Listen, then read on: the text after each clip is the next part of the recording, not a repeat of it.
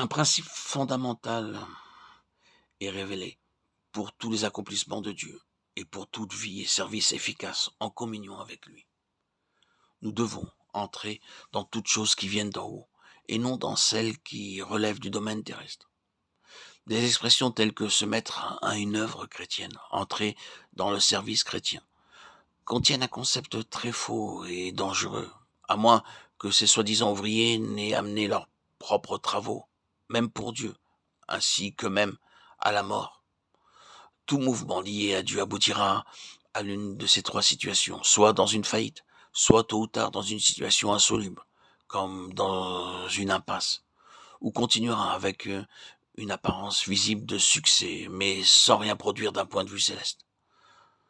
La chose réalisée, quoique religieuse, est bien intentionnée étant de ce monde. Moïse eut certainement une révélation céleste en Égypte. Par l'illumination de l'esprit, il vit que le peuple sémite, opprimé, écrasé, angoissé, était le peuple élu de Dieu. Hébreux 11, 25. Outre cela, il vit que la croix en tant que l'opprobre de Christ était la méthode de la rédemption.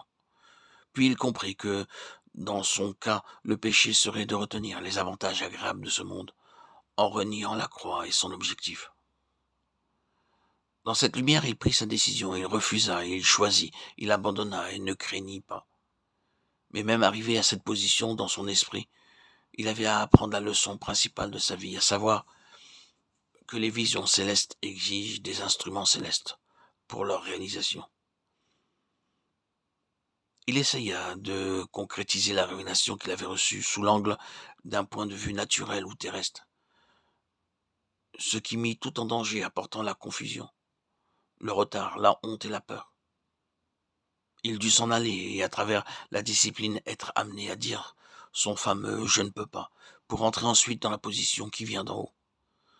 L'intention réelle en l'écartant puis en le relevant, c'était qu'il atteigne la position qui vient d'en haut, puisque par la suite, Moïse fut un homme lié au trône de Dieu. Il en a toujours été ainsi. En ce qui concerne les modèles, les mandats et les autorités, la méthode divine a consisté à attribuer une place d'ascendance dans le domaine des images, des choses qui sont dans les cieux. Une montagne fera l'affaire.